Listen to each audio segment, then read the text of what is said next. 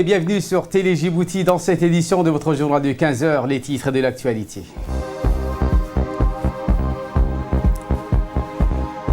Lancement du projet d'appui et d'autonomisation à la protection des femmes, c'était ce matin au Palais du Peuple, présidé par la ministre de la Femme et de la Famille, Mme Moumina Hamada. Et dans l'actualité internationale, l'Allemagne prolonge son confinement jusqu'au 31 janvier. Voilà pour le sommaire. Merci si vous nous rejoignez sur Télé Djibouti. Nous entamons cette édition avec ce communiqué qui nous provient de la présidence et qui indique que la République de Djibouti salue la tenue hier du sommet du Conseil de coopération du Golfe, le CCG, et réitère sa conviction que ce sommet contribuera à relever les principaux défis à l'ordre du jour dans cette partie du monde. Notre pays se réjouit aussi de l'élan de détente et de concorde dans lequel se déploie ce sommet et saisit donc cette occasion pour rendre un hommage appuyé à la politique de sagesse et aux efforts sans cesse renouvelés pour restaurer l'entente et l'unité au sein de ce Conseil. Djibouti exprime par ailleurs ses chaleureuses félicitations et son profond attachement au leadership éclairé du Royaume frère d'Arabie Saoudite pour le précieux concours et appui qu'il apporte en permanence à l'affirmation des valeurs de solidarité et de fraternité en faveur des peuples de la région. Nous saluons, indique le communiqué également, la volonté manifeste caractérisant l'État du Qatar et les autres pays membres du CCG dans le cadre de ce sommet et relative à la restauration d'une cohésion efficiente de l'organisation, préalable indispensable à la poursuite des processus de stabilisation et de l'intégration régionale. Nul doute que le retour de la cohésion au sein du Conseil de coopération du Golfe aura des répercussions positives pour l'ensemble des pays du monde arabe et musulman, indique ce communiqué qui prend fin. Je vous le disais en titre, le ministère de la Femme et de la Famille, conjointement avec ses partenaires clés du système des Nations Unies, a procédé ce matin au Palais du Peuple à un événement de grande envergure. Une cérémonie de lancement du projet d'appui à l'autonomisation de la femme et à la protection des droits de femmes et des jeunes filles. Ce projet a pour objectif de la réduction de la disparité de genre à travers le soutien à la mise en œuvre des politiques du ministère de la Femme et de la Famille en matière d'intégration du genre. Il s'inscrit également dans le cadre de la politique de l'Union européenne en matière de genre. Une série de reportages sur les projets du ministère de la Femme a été projetée afin de mettre en lumière les réalisations et les perspectives du ministère de la Femme et de la Famille pour un nouveau élan plus prometteur en matière de la politique nationale de la protection des droits des femmes et des jeunes filles.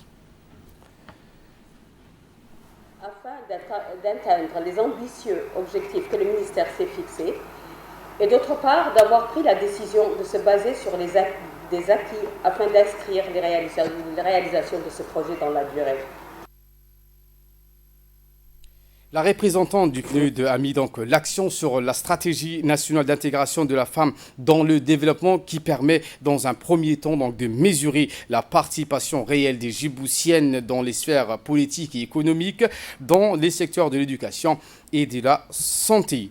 L'ambassadeur de l'UE s'est déclaré pour sa part réjoui quant à la réussite de cette cérémonie de lancement du projet d'appui de l'autonomisation de la femme et à la protection des droits des femmes et des jeunes filles. Voici ses propos. L'Union européenne soutient considérablement les autorités djiboutiennes dans le cadre du FEMFI qui a commencé au début de l'année 2020.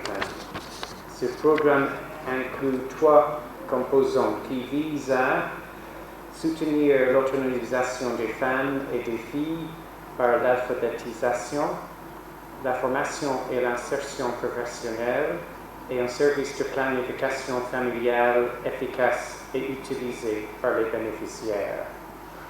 La deuxième composante vise à renforcer les capacités institutionnelles du ministère pour mettre en œuvre ces politiques Et enfin, le troisième composant vise à éradiquer toutes les formes de mutilation génitale féminine et d'excision grâce à des services de prévention et de protection de qualité.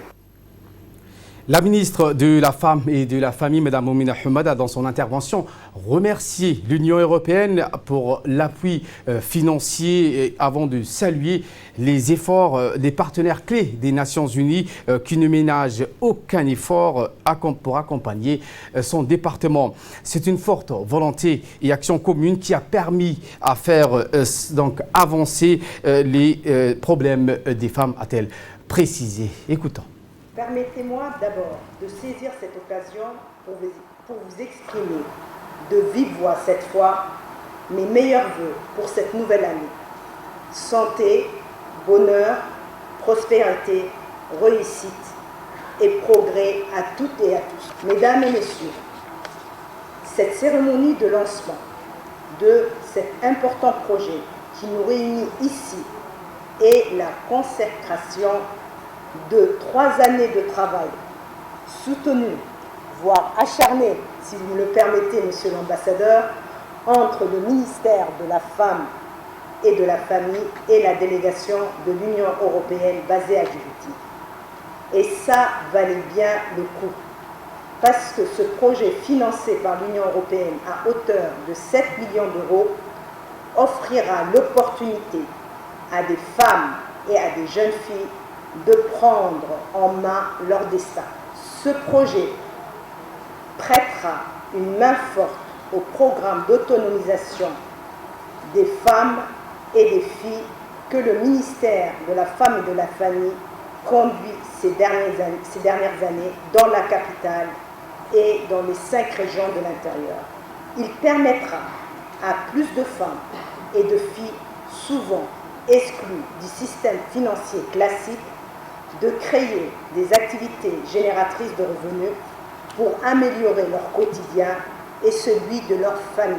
Il conduira aussi à renforcer les capacités des coopératives solidaires des femmes en finançant des projets de développement locaux comme ceux que vous venez de visionner. Mesdames et messieurs, outre l'autonomisation de la femme qui constitue un axe prioritaire de la politique du gouvernement, ce projet vise à renforcer les droits des femmes et des jeunes filles qui, partout dans le monde, sont victimes de préjudices qui nuisent à leur intégrité physique, morale et intellectuelle. L'actualité de ce 15h, c'est aussi cet atelier de modernisation de l'administration qui fait bon chemin. En effet, ce matin, lors d'un atelier de réflexion sur la plateforme nationale d'interopérabilité, c'est ouvert au Sheraton Hotel, nommé l'UX-Road. Nouveau dans le paysage, le système d'interopérabilité, un système capable de s'adapter et de collaborer avec d'autres systèmes, en d'autres termes, la création d'une administration interconnectée pour les échanges de données. Une véritable aubaine, cette plateforme nationale d'interopérabilité a pour but de favoriser le partage des informations auprès des directions ministérielles de l'administration publique et privée afin d'accroître son efficacité, mais aussi réduire les coûts aux usagers. L'amélioration de la qualité des services fournit une meilleure transparence à ceux-ci par la mise en cohérence des services dématérialisés. Ce projet financé par la Banque mondiale à hauteur de 15 millions de dollars est mis en place par une agence estonienne experte dans la transformation numérique et la gouvernance digitale, s'inscrit donc dans le cadre de la modernisation de l'administration. Écoutons à présent le responsable.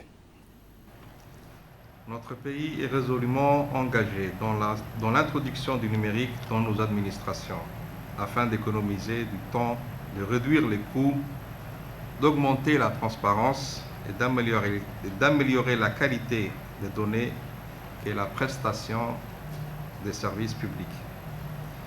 Il ne s'agit aucunement de se lancer dans une course effrénée à l'innovation, mais de tirer profit du potentiel du numérique et de ses opportunités qu'elle nous offre pour accompagner l'évolution de nos organisations et plus largement la transformation de nos services.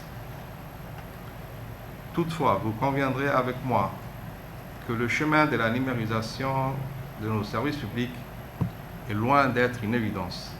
Les défis sont nombreux, interdépendants et inédits. Ils appellent donc à une réponse globale et structurée. Parce que les services publics peuvent être largement améliorés par une intégration et une automatisation de bout en bout, un meilleur usage des sources d'information en garantissant la protection des données afin de renforcer la confiance des usagers. Vous conviendrez alors qu'il est impératif que les services publics nationaux soient liés entre eux et interconnectés. Parce qu'il faut aussi adopter une approche coordonnée à tous les niveaux, celui de la préparation du cadre réglementaire et législatif, de l'organisation des processus opérationnels par les administrations publiques, de la gestion des informations et du développement des systèmes informatiques pour mettre en œuvre les services publics. Sans cela, la fragmentation numérique existante s'intensifiera, ce qui vouera à l'échec l'offre de services publics connectés. Une pensée toute particulière pour nos deux collègues qui ont perdu leurs parents, respectivement Madame Mouna Jibril du service Somalie et Monsieur Fahmi Abdi Miguel qui a perdu également son père hier.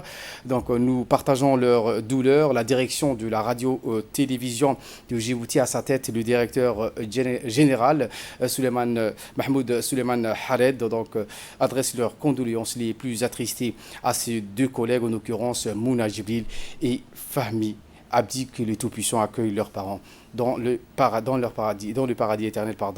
Inna lillahi wa inna ilayhi raji'un. Et de là, nous passons aux nouvelles du monde. Je vous le disais en titre, l'Allemagne prolonge son confinement jusqu'au 31 janvier. L'Allemagne est touchée de plein fouet par l'épidémie. La situation devient alarmante dans certains établissements médicaux allemands. Face à cette situation, les autorités du pays augmentent les critiques contre une campagne de vaccination jugée trop lente, ont prolongé et renforcé ce mardi les restrictions contre les pandémies du Covid-19, dont la fermeture des écoles et commerces jugés non essentiels. La chancelière Angela Merkel et les présidents de 16 États régionaux ont décidé d'étendre le confinement partiel en vigueur jusqu'au 31 janvier au moins.